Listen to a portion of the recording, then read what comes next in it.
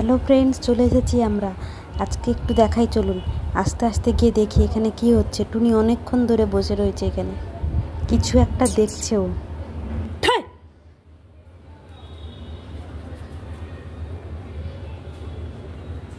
কি ব্যাপার, মেয়েটা আমার ডাক শোনে না কেন? এই গাছটা ভাঙছে কেন? এই কেন রে? কে? কি দেখছিস?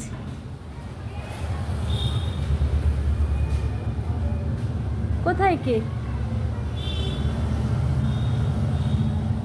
কেউ নেই তো। ওই দেখি এবারে কে আছে।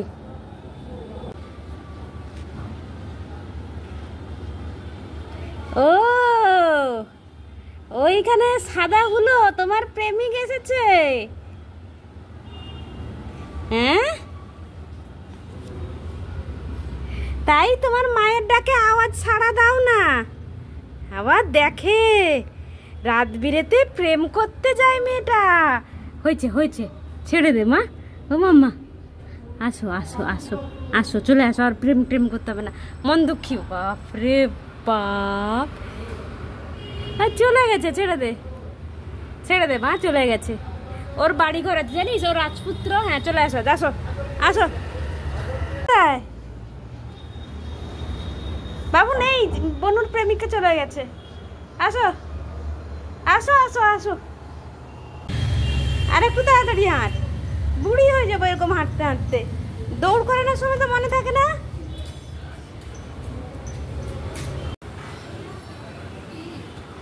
প্রেমের শেষ পরিণয় হচ্ছে। কালকে এসেছিল, মনে নেই?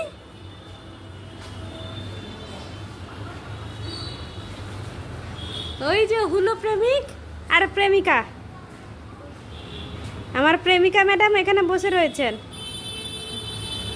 কালকে রাত্রে দেখা করতে এসেছিল তো। না না, এই তো হেঁটে হেঁটে গিয়ে ওখানে ঘুমোলো। টুনি দেখেছে, টুনি দেখেছে বলেই বসে আছে। টুনি দেখেছে, এদিক দিয়ে হেঁটে হেঁটে গেল তো। চললেন মা, মা দৌড়াও গো, দৌড়াও গো। টুল্লুবাবু অনেকক্ষণ পর দেখলো হুলোটা এসেছে প্রেম করতে।